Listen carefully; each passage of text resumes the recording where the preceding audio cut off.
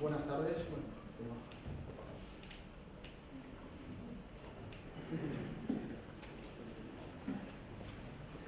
Buenas tardes.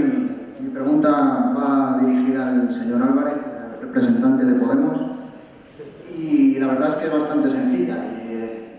Básicamente todos los programas de izquierda, ya sea el suyo como el de la candidata de Unidad Popular, siempre van dirigidos al mismo objetivo, y es, por así decir, como castigar al empresario. Y realmente yo creo que eso no es la solución, ya que la solución sería premiar a los empresarios, es decir, porque son estos los que crean la riqueza. Es verdad que es gracias a los trabajadores, pero sin empresarios, sin ese riesgo, que toman, sería totalmente imposible crear. La pregunta no era el análisis económico de la sociedad, por favor. No, es que si no lo explico no.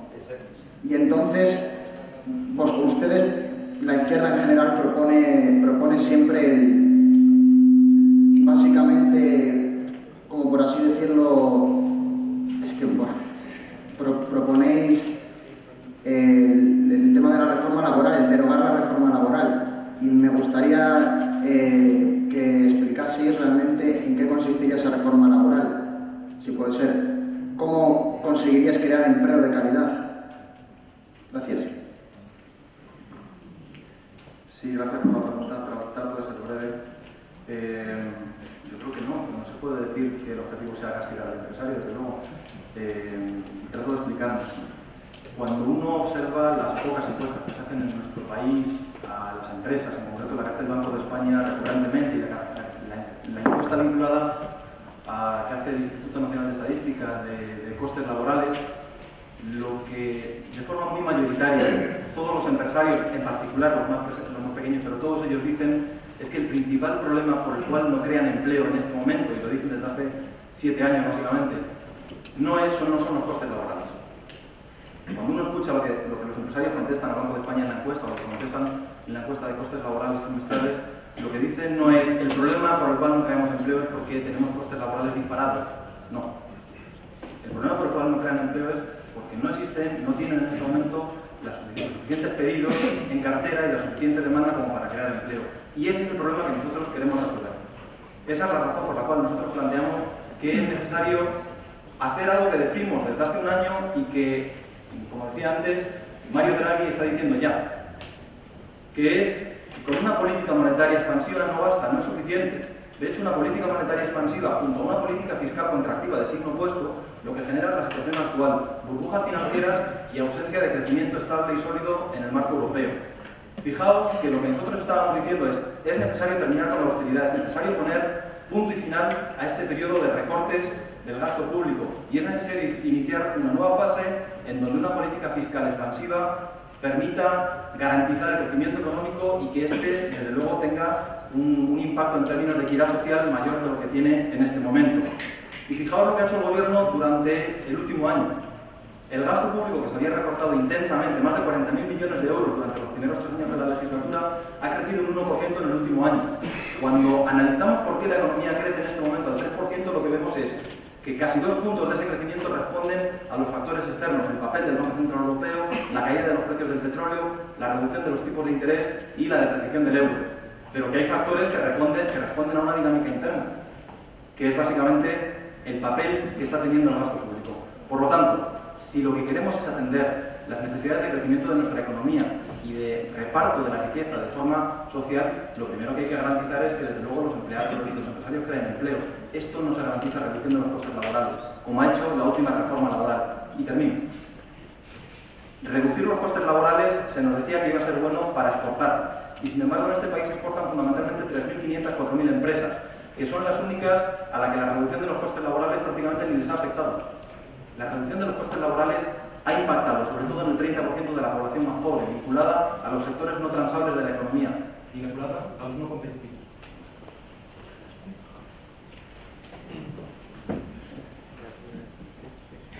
Hola, buenas tardes. Bueno, yo siento ser reincidente, pero tengo también una pregunta para Nacho Álvarez. Y mi pregunta es que en el programa electoral de Podemos se dice que en situación de superávit, es decir, en este momento no, impedirían a los empresarios realizar un ERE, un expediente de regulación de empleo o despido de trabajadores. Y mi pregunta es, ¿no creen que si se realiza esta medida están haciendo imposible la flexibilidad de mano de obra desde zonas, desde sectores que tienen un excedente de la misma hacia sectores carentes de ella, repercutiendo negativamente sobre accionistas y consumidores al mermarse la diversidad de los bienes generados por la mano de obra, que estaría en una proporción importante en los sectores que se impediría regularla? Muy brevemente. No, esa propuesta exactamente así no está en el programa. Nosotros planteamos retomar la tutela judicial. Con la derogación de la reforma laboral se retomaría la tutela judicial y la autorización administrativa en los expedientes de regulación de empleo, y en todo caso planteamos una propuesta de flexibilidad interna. Tiene que haber flexibilidad para que las empresas se adapten al ciclo económico, pero pensamos que la flexibilidad por vía del despido o por vía salarial es una flexibilidad destructiva para la economía, como ha demostrado el presente ciclo económico. La flexibilidad, por ejemplo, similar al modelo alemán, que permite reducir jornada laboral cuando hay cambios en el ciclo económico, y que esto se compense con cargo al Estado, como sucede en Alemania, nos parece mucho más oportuna, tanto para evitar costes sobre el trabajador como para evitar, lógicamente, el coste fuerte sobre el posible cierre empresarial.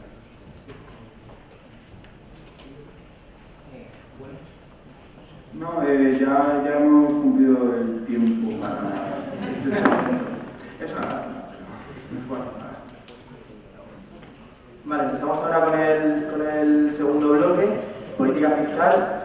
En concreto, para el turno de preguntas, pediríamos un poco de pluralidad en los destinatarios, si fuese posible, para no monopolizar las preguntas y las respuestas, y máxima variedad tanto en las preguntas como en las respuestas. Empezamos en el mismo orden.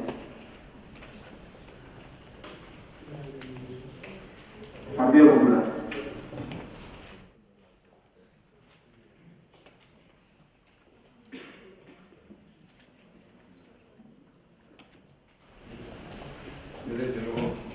Desde luego, antes de entrar en el modelo de política fiscal, porque creo que son dos conceptos que están íntimamente unidos, sí quiero señalar que se ha comentado antes que, hablando de las cifras macroeconómicas, el Gobierno había impulsado al alza una determinada cifra. El Gobierno, durante la legislatura presente, lo que ha intentado es evitar que la soberanía española quedara perjudicada por la intervención de las autoridades exteriores a España.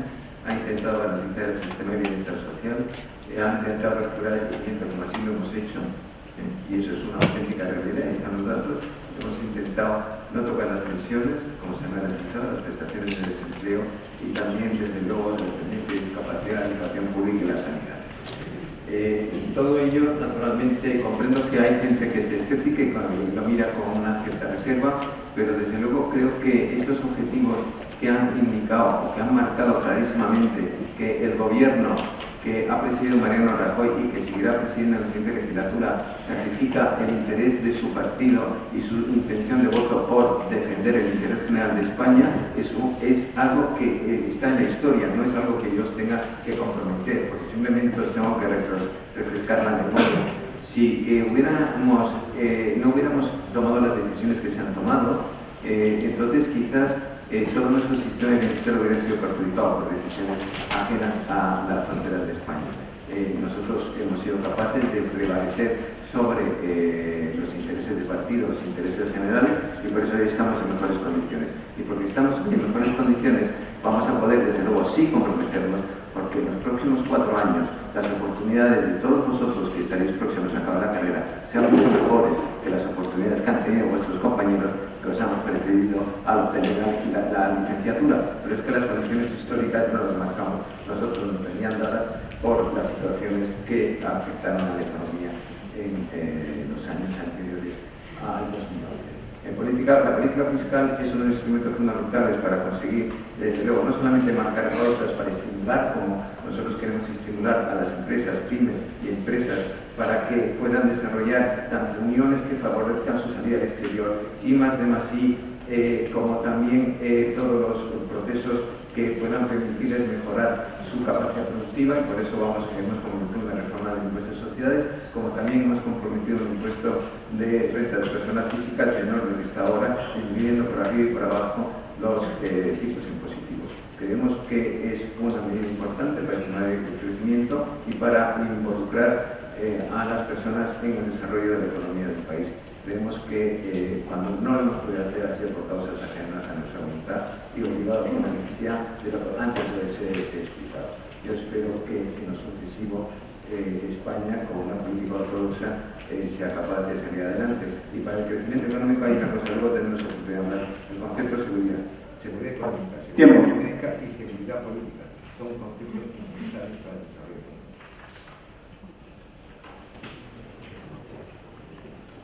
El turno va para la Unidad Popular. Que se va a quedar aquí porque le ha dado envidia a Manuel. Así no pierdo tiempo yo entendiendo. A ver, nosotros desde Unidad Popular lo que presentamos es más un desarrollo de una reforma fiscal justa en el que no se trate de pagar más impuestos, sino de más justicia fiscal, que es lo que nos falta. Una reforma que sea suficiente, equitativa y progresiva, que además interprete el sistema fiscal desde su doble vertiente del ingreso y del gasto, desde la perspectiva del gasto o inversión pública. Es una forma también de redistribución de la riqueza y eso no se nos puede olvidar. La forma en que se recaudan los principales impuestos debe ser, como pone en la Constitución, según el artículo 31, debe primar el principio de progresividad y el de igualdad, pero también, aunque no sea expreso, el de suficiencia, que sí está implícito en el texto, ¿no? Lo que vemos es que hay una quiebra de principios, de estos principios que ya son constitucionales, con el diferente tratamiento de las rentas del capital y del trabajo. En ese sentido, ya por ser un poco más concreta, que luego siempre me quedo sin contar la parte específica, pues nosotros a ese plan que teníamos de rescate ciudadano, que ciframos en 41.000 millones de euros, le hemos adosado por el otro lado una memoria fiscal que supone la creación de nuevas figuras fiscales, la modificación de otras y la recuperación de algunas, ¿no? Aquí que planteamos pues, un impuesto extraordinario sobre el incremento patrimonial, que es el incremento patrimonial hecho entre los años 2010 y 2015, porque además entendemos que es muy justo que quienes se han enriquecido, que son un 13% más de millonarios en los años de la crisis, paguen todo esto. La reforma del impuesto de sociedades, subiendo los tipos hasta el 35% y haciendo que se paguen de forma efectiva, que nos aportaría un poco más de 11.000 millones. La equiparación de la tributación de las rentas del capital con las del trabajo, como decía antes, que solamente equiparándolas, otra cosa es si habría que subirlas, serían unos más de 800 millones de euros. Un nuevo impuesto a las transacciones financieras con un tipo del 0,1 para obligaciones y acciones, compraventa, y un 0,05 para derivados. Y que a mí me gustaría saber mucho si realmente lo lleva algún otro grupo político de los que están aquí, porque hay informaciones contradictorias. Dado que yo sepa, no hay ninguno que no lo lleve bajo el sistema de cooperación reforzada en el que ya se firmó entre el 2010 y el 2011 y que la semana pasada se dieron hasta mediados del año próximo para cerrar los tipos. Creo que fuera de eso somos la única fuerza que los lleva. Me gustaría que mis compañeros me lo comentasen. Un nuevo impuesto a la riqueza, que serían 3.400 millones.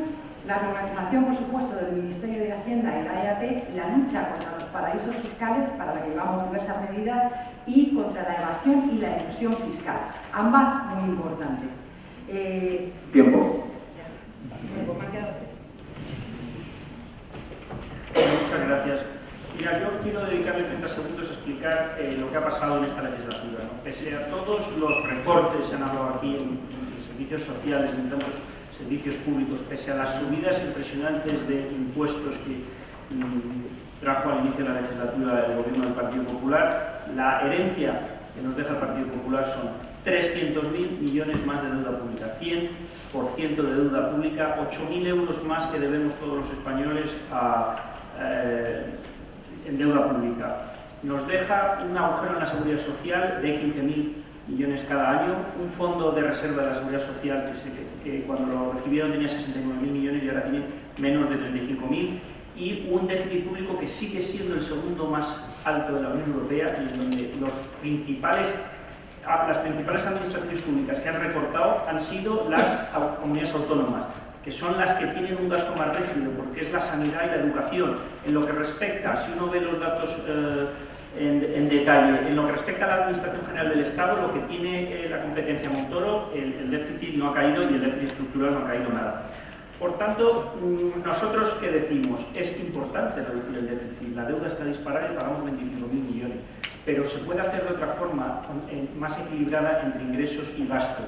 Fijaros, el Partido Popular, ¿qué es lo que plantea? Y en eso no es muy diferente a Ciudadanos, en el programa de estabilidad. Vamos a dejar el déficit público en el 0% en 2018, pero lo vamos a hacer sobre el gasto público, es decir, dejándonos con el gasto público que sustenta el estado del bienestar más bajo de la Unión Europea en la liga únicamente con Rumanía, Letonia, Lituania y Estonia.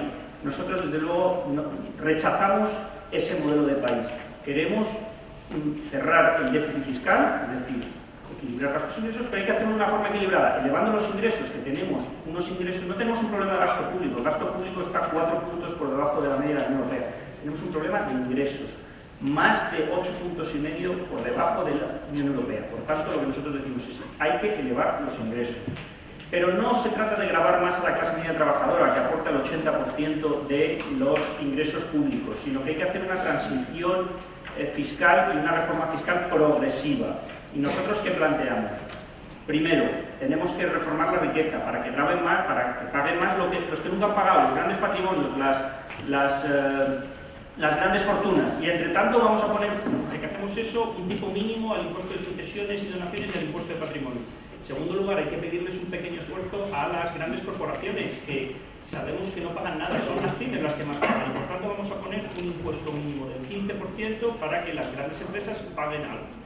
En tercer lugar, tenemos que introducir una fiscalidad medioambiental para que paguen aquellos que contaminan, que usan malos recursos, que generan residuos. Y en cuarto lugar, hay que tomarse muy en serio la lucha contra el fraude fiscal y la economía sumergida. En esta legislatura hemos visto amnistías fiscales vergonzosas. Nosotros, desde luego, llevamos... Vuelve a darle al micrófono porque es que se ha ido el enchufe. Perdón. Pero bueno, ya te quedan 30 segundos. En definitiva, nosotros planteamos que hay que hacer, rechazamos las reformas fiscales y los regalos fiscales y reducciones fiscales del PP, que ya sabemos lo que significan, grandes regalos para las rentas altas, migajas para los de abajo, generan agujeros fiscales que luego vienen los recortes. Nosotros creemos que hay que hacerlo de una forma equilibrada, elevando los ingresos, que es la clave, grabando las grandes fortunas y la riqueza improductiva, pidiéndoles un esfuerzo a las grandes corporaciones, introduciendo la fiscalidad medioambiental para acercarnos a los estándares europeos. Y sí, nosotros, y ya te respondo, llevamos también el impuesto a las transacciones financieras como una propuesta. Y por el lado del gasto, desde luego, llevamos propuestas para mejorar la eficiencia y la calidad del gasto público, que es muy importante. En definitiva, nuestra propuesta es cerrar la brecha fiscal, dejándolo en el 1% al final de la legislatura, cumpliendo también nuestras obligaciones europeas, porque hay algunos que parece que el marco europeo no les importa. Vale, tiempo, lo siento. Turno para Podemos.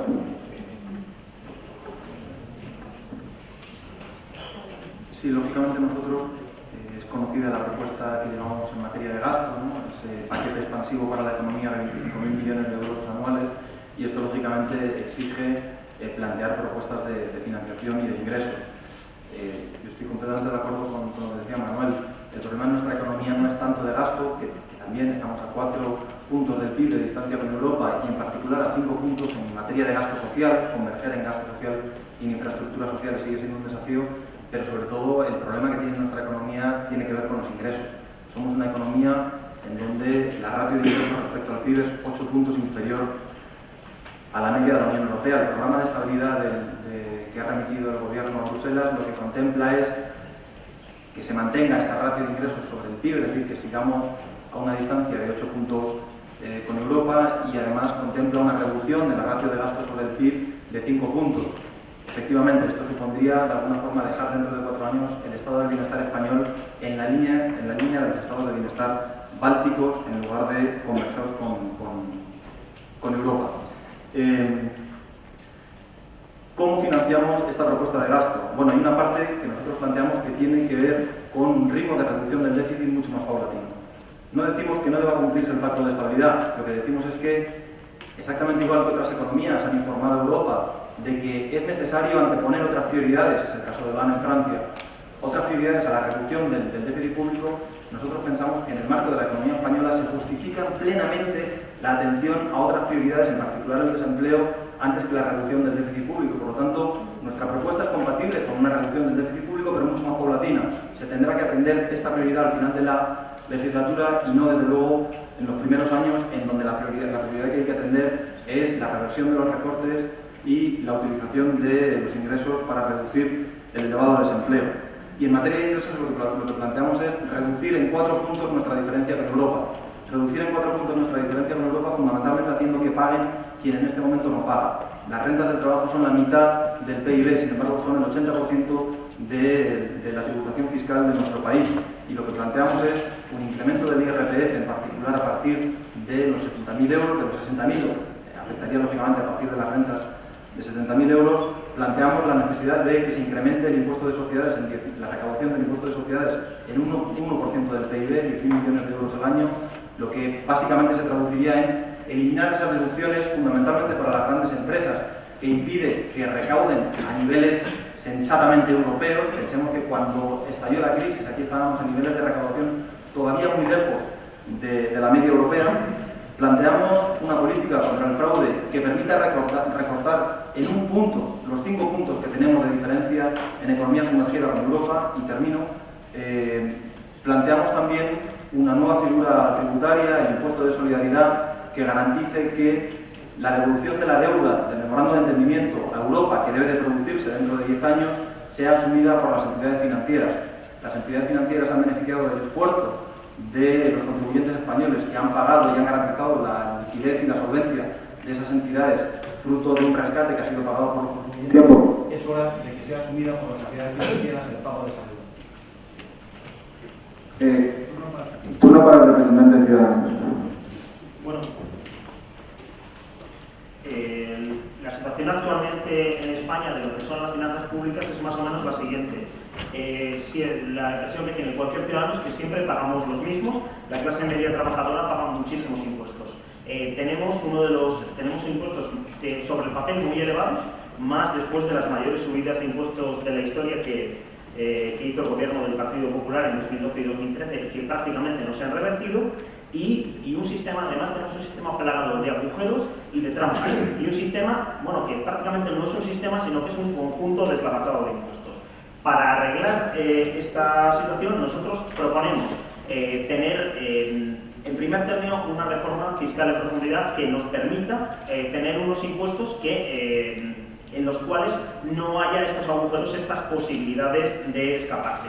Esto es particularmente crítico en el impuesto de sociedades. Pensemos que las grandes empresas, según el último dato disponible, los grupos, lo que se denomina grupos consolidados en jerga, están pagando un 6% sobre el resultado contable, y evidentemente cualquiera paga muchísimo más.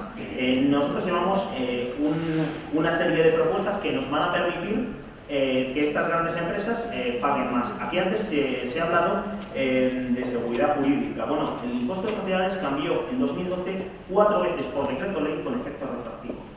Incluso las grandes empresas te dicen que estarían dispuestos a pagar un poco más si no hubiese estos niveles de inseguridad jurídica.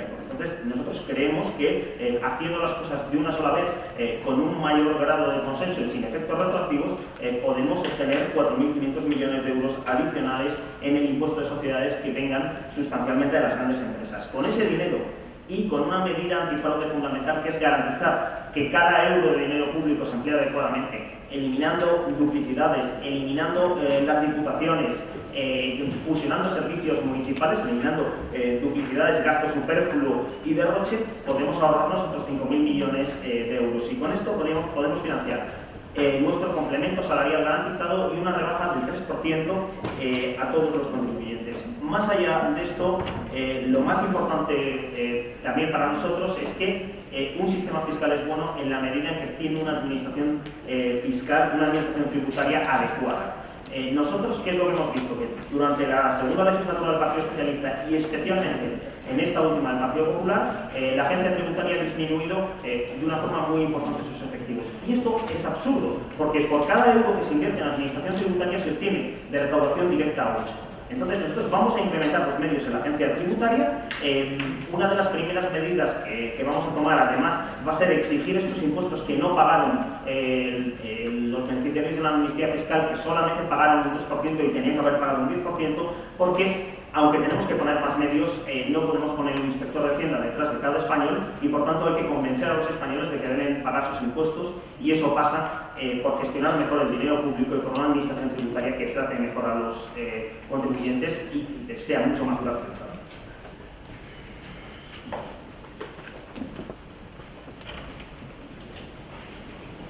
Vale, comenzamos ahora con el turno de debate y de interpelaciones entre los representantes. Vamos a empezar con Teófilo de Luis, que ha sido bastante aludido.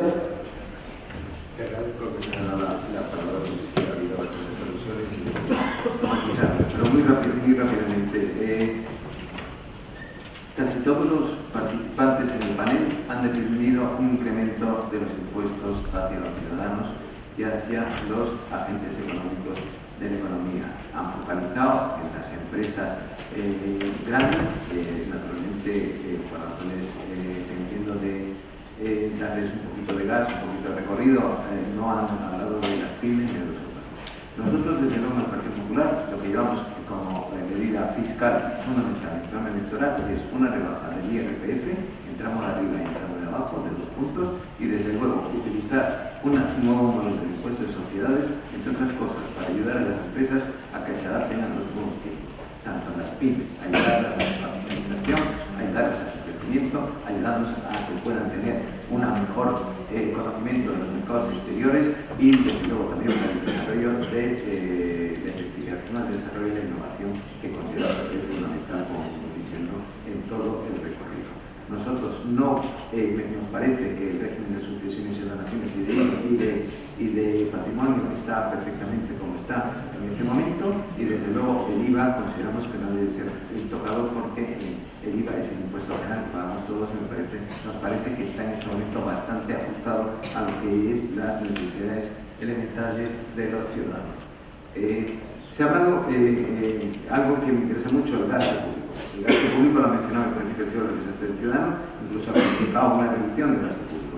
Desde luego es bueno que se sepa que desde el principio de la legislatura se explicó en el debate a 4 del otro día en Antena 3, se ha producido una reforma del gasto público, que buscaba una competencia por la administración pública, evitar solapamientos y mejorar estructuras para que fuera más fácil para el ciudadano utilizar los servicios públicos y más económico. Eso ha significado de ahorro para el ciudadano 3.000 millones.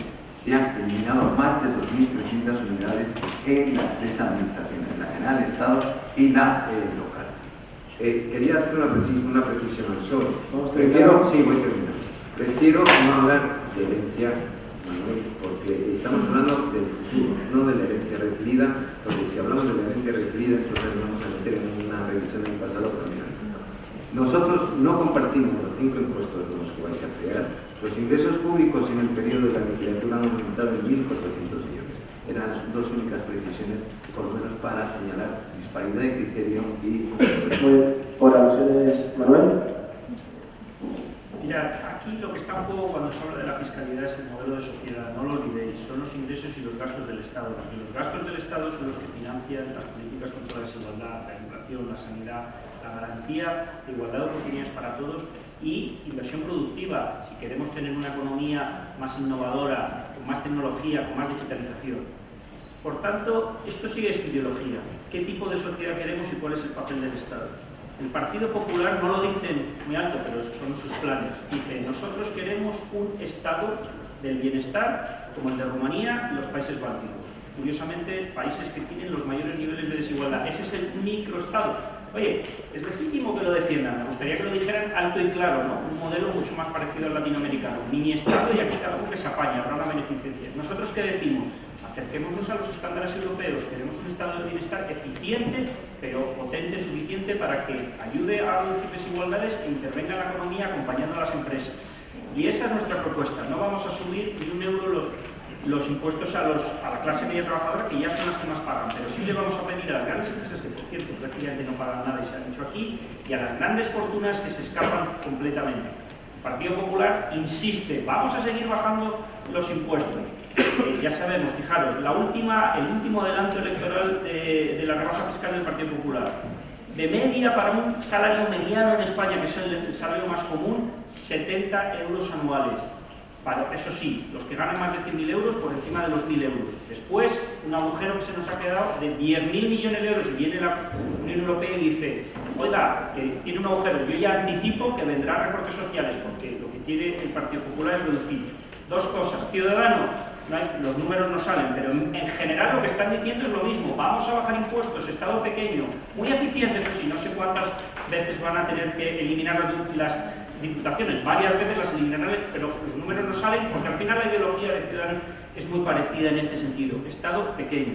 Podemos que plantea programa bien intencionado, pero al final acercarnos a la media europea. Lo que pasa es que es un programa a la antigua, ¿no? Unos incrementos brutales de ingresos y gastos que ahogarán la economía con un exceso de confianza en el sector público y simplemente decir, no se puede engañar a los españoles. Si tú planteas, como plantea Podemos, una elevación de ingresos de 70.000 millones sobre el ciclo, al final se los vas a sacar, primero las bases imponibles no estarán ahí y tendrá que pagar la clase media trabajadora, que ya es la que paga. Si no, el Partido Popular, pese a todos el hachazo fiscal que hizo el primer año de la legislatura, solo recaudó 5.500 millones, luego 70.000 millones, ya me dirás tú quién va a tener que pagar más, la clase media. Nosotros, desde luego, rechazamos.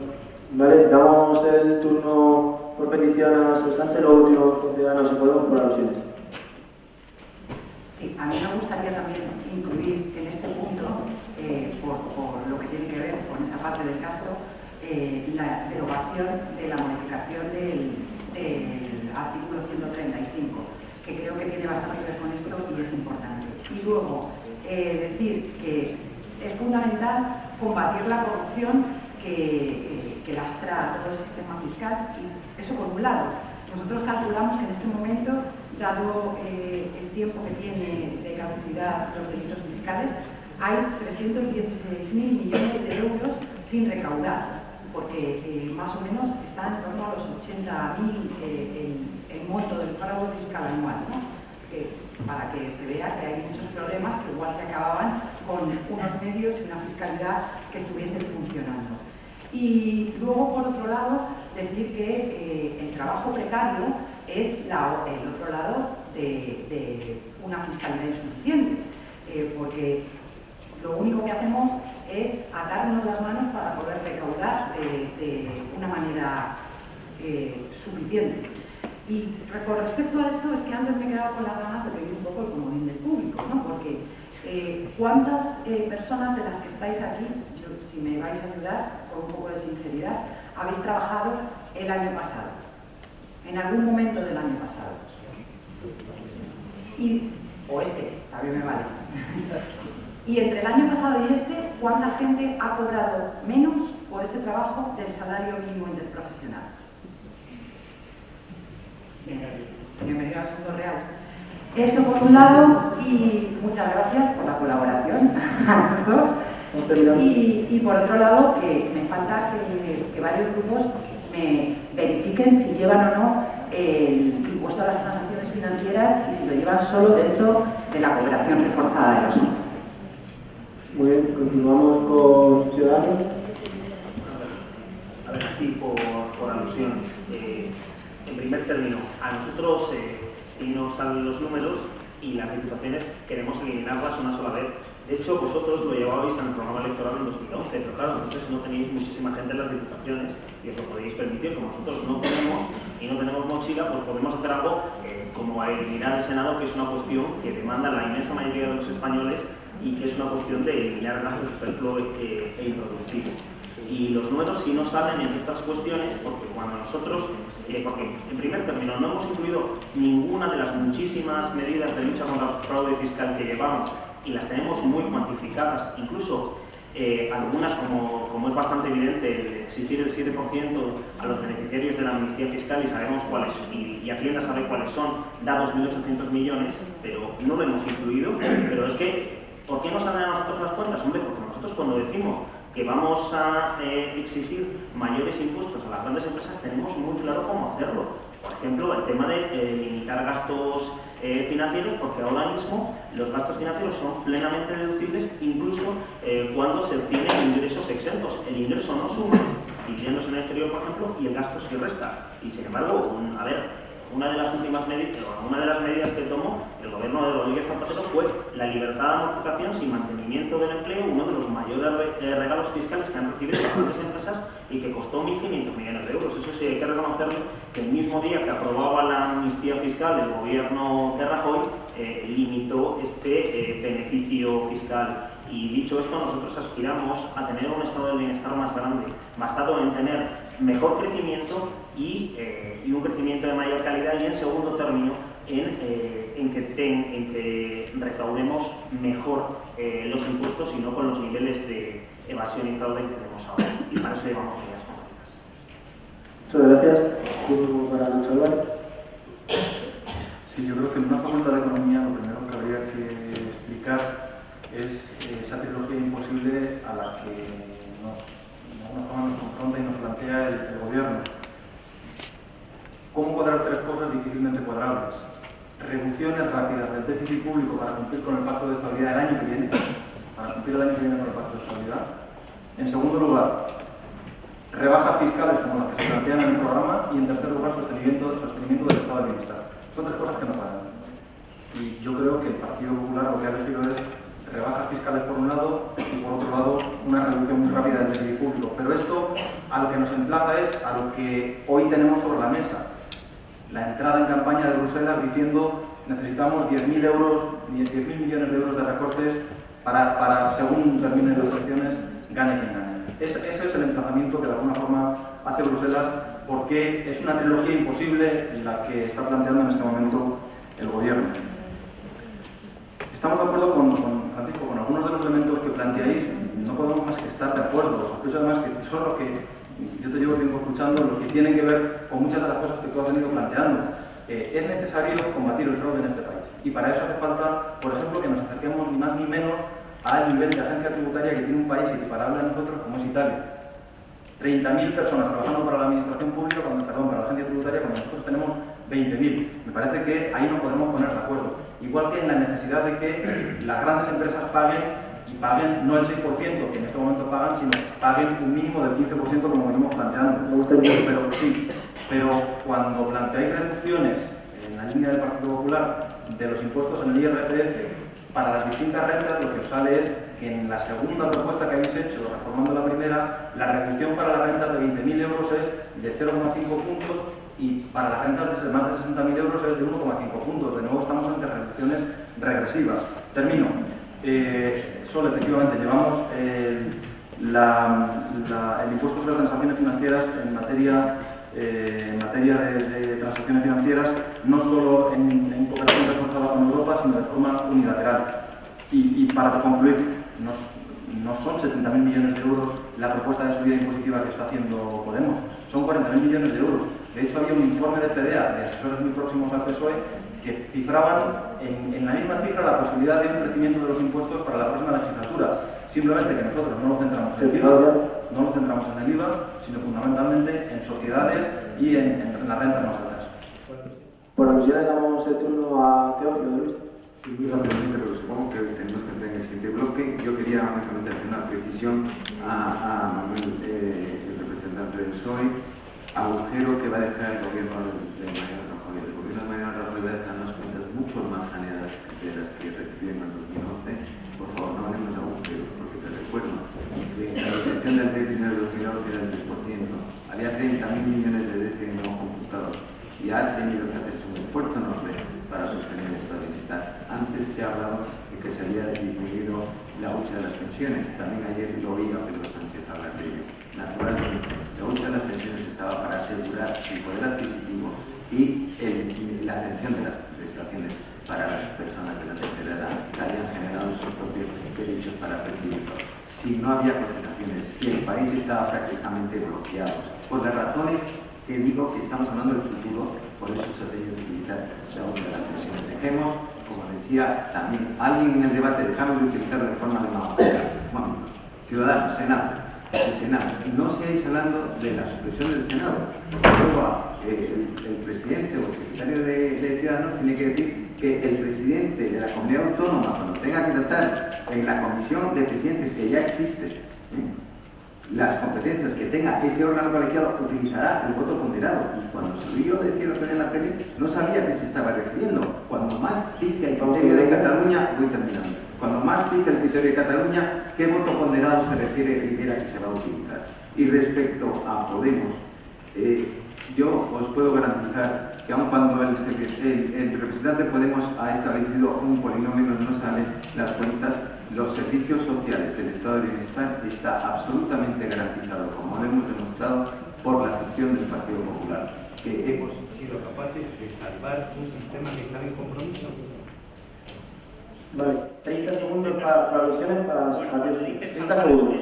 Salvar el Estado del Bienestar después de unos recortes que han dejado en amplias zonas de España la educación y la sanidad, los servicios sociales en una situación terrible. Mira, el Fondo de Reserva de la Seguridad Social, la hucha de las pensiones no está hecho para eso. De hecho, por eso Zapatero no la utilizó, porque también nosotros podemos haberla utilizado. No la utilizó por responsabilidad, porque está hecha para los tiempos cuando entre el baby boom, que es a partir del 2024, para el envejecimiento de la población. Si no, hubiera sido lo más fácil. La realidad es que la hucha de las pensiones, la seguridad social tiene un agujero enorme, se está utilizando, mal utilizada, y tiene mucho que ver con la devaluación salarial que está dejando las cotizaciones en mínimo.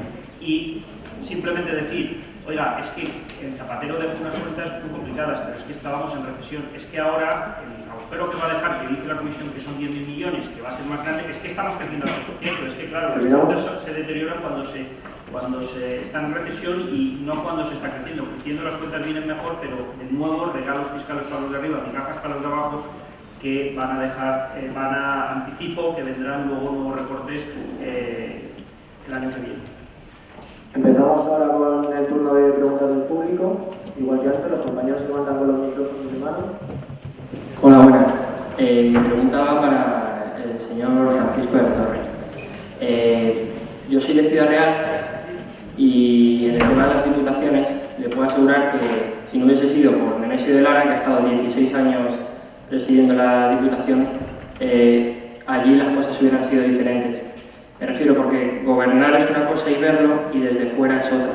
Ya le digo, si no hubiera estado esta persona, otra cosa hubiera pasado en una capital de provincia o en una provincia como la mía. Y nada, me refiero al tema de las diputaciones, de eliminarlas o lo que quieran hacer ustedes. Gracias. Hombre, sí, yo supongo que hay gente muy válida, pero lo que queremos hacer, España no puede tener tantos niveles administrativos y competencias duplicadas y gente haciendo dos veces lo mismo. Y en cuanto a lo que dice de que hay una persona llevando 16 años, a mí ya eso, por sistemas indirectos, ya me parece una anomalía democrática. De todas formas, hay casos serios en las diputaciones. Es decir, tenemos la Diputación de Orense, que siempre ha estado perseguida por la misma persona y lo ha heredado su hijo. Y estas cosas, pues bueno, solo pasan en países avanzados como en España o en Corea del Norte. Y como nosotros queremos progresar y nos parece que no hay que tener los temas duplicados, nos parece que los servicios se pueden prestar de forma más eficiente, por eso nosotros proponemos un sistema administrativo que no tenga tantos niveles, porque ya tenemos municipios, porque tenemos comunidades autónomas, porque está el Estado, porque está la Comisión Europea, y nos parece que eso es más que suficiente para que un ciudadano esté tranquilo.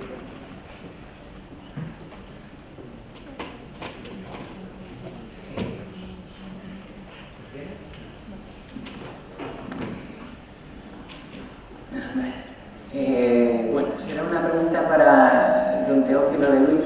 Es ¿cómo pretende el Partido Popular financiar una bajada de los impuestos? Gracias.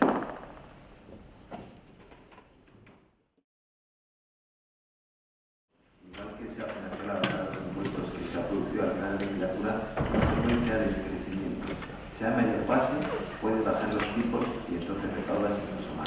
Eso es algo que es una teoría económica que está testada, que funciona y es el camino por el que vamos a poder bajar los impuestos tanto a la renta de las personas físicas como también utilizar la modificación del impuesto de sociedades para conseguir que las empresas, las personas públicas se adapten a un mercado de competencia en donde tienen que conseguir colocarse fuera de nuestra frontera.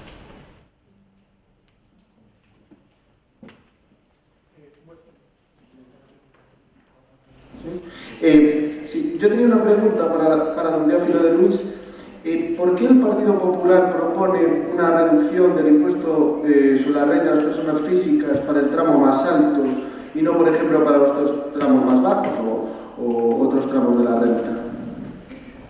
No, ahí, perdona, a lo mejor no me explico bien. Proponemos una reducción del tramo más bajo también de 2 puntos. Sí, debemos ajustar la tabla de los tipos impositivos y todo ello producir una rebaja del impuesto a la renta de las personas físicas de tal forma que los ciudadanos, los sujetos básicos del impuesto, tengan más renta disponible y puedan gozar de rendimientos de su trabajo en mejores condiciones de las que han tenido en los últimos años por razón de la crisis. Además, también pretendemos apoyar a las familias numerosas con un apoyo directo por el tercer hijo y también si tienen una persona con algún grado de discapacidad o dependencia en el ámbito de la unidad familiar.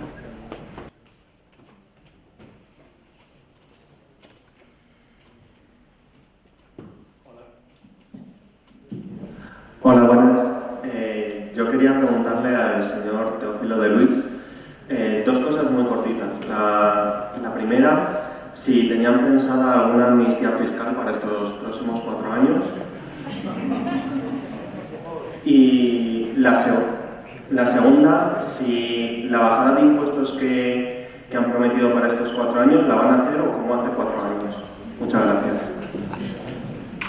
Veo que te caemos especialmente simpático. El auditorio es muy receptivo a la pregunta que ha formulado. La amnistía fiscal, en cuanto a lo que se ha dicho, lo que pretendía el ministro de Hacienda con la amnistía fiscal era aflorar rentas que no tributaban y que hoy en día ya están sobre la mesa y están sujetas a tributación económica. Ese era el objetivo real. Toda esa desinformación, por no poner un calificativo más rotundo, de que la amnistía fiscal don Cristóbal Montoro lo impulsa para beneficiar a determinados amigos suyos, os digo que es absolutamente falso del principio al fin. ¿Lo queréis creer o no lo queréis creer? Es tuyo, pero desde luego creer. En segundo lugar, la bajada de impuestos, si creéis que el compromiso que asumimos en esta legislatura va a ser igual de firme que el de la legislatura anterior. Desde luego la herencia que se encuentra el gobierno de la 11ª legislatura, que va a presidir Mariano Rajoy, le va a permitir en efecto cumplir el compromiso de bajar los impuestos, cosa que no se pudo hacer si nosotros no hubiéramos tomado las medidas necesarias para la consolidación fiscal, para reducir el gasto corriente de la Administración General del Estado y reducir el nivel de deuda pública, de déficit público y conseguir que los mercados que vienen en España a lo mejor las pensiones se hubieran visto reducidas de forma notable, a lo mejor las prestaciones por desempleo se hubieran reducido de forma notable, probablemente el capítulo 1, que son los gastos de personal de la Administración General del Estado, los presupuestos generales del Estado, se hubieran visto reducidos también de forma notable y los créditos para sanidad y para educación también hubieran recibido un recorte. Por una de las razones que evitaron eso fue el aumento en contra de los principios de mi partido, en beneficio del interés general de España, el aumento impositivo. No creas que lo hicimos por facilidad, lo hicimos porque no quedaba más remedio. ¿Vale?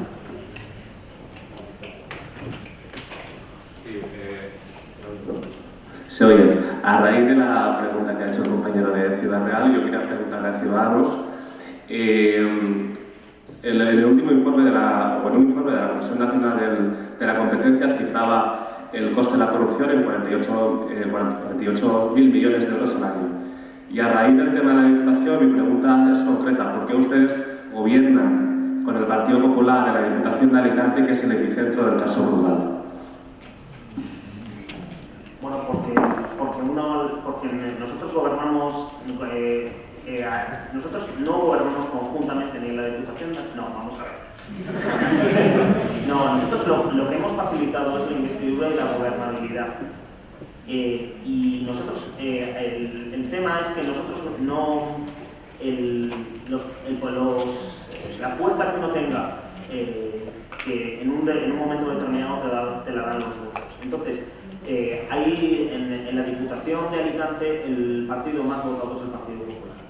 Entonces, ¿qué es lo que ocurre? Que nosotros podemos facilitar la gobernabilidad en las instituciones y desde ahí nos hemos retirado a la oposición y no participamos en gobiernos donde no hemos obtenido la mayoría. Pero es que no hay muchas más alternativas en este tipo de situaciones. Los gobiernos, sea en Andalucía, sea en Madrid, sea donde sea, o en la Diputación de Alicante, no son los que nos hubiesen gustado, porque no nos han votado la mayoría, son sencillamente los que la mayoría ha elegido. Y nosotros, lo único que ocurre es que nosotros somos responsables y hemos garantizado la investidura y la gobernabilidad en los sitios donde nos ha tocado estar. Una última pregunta, muy breve.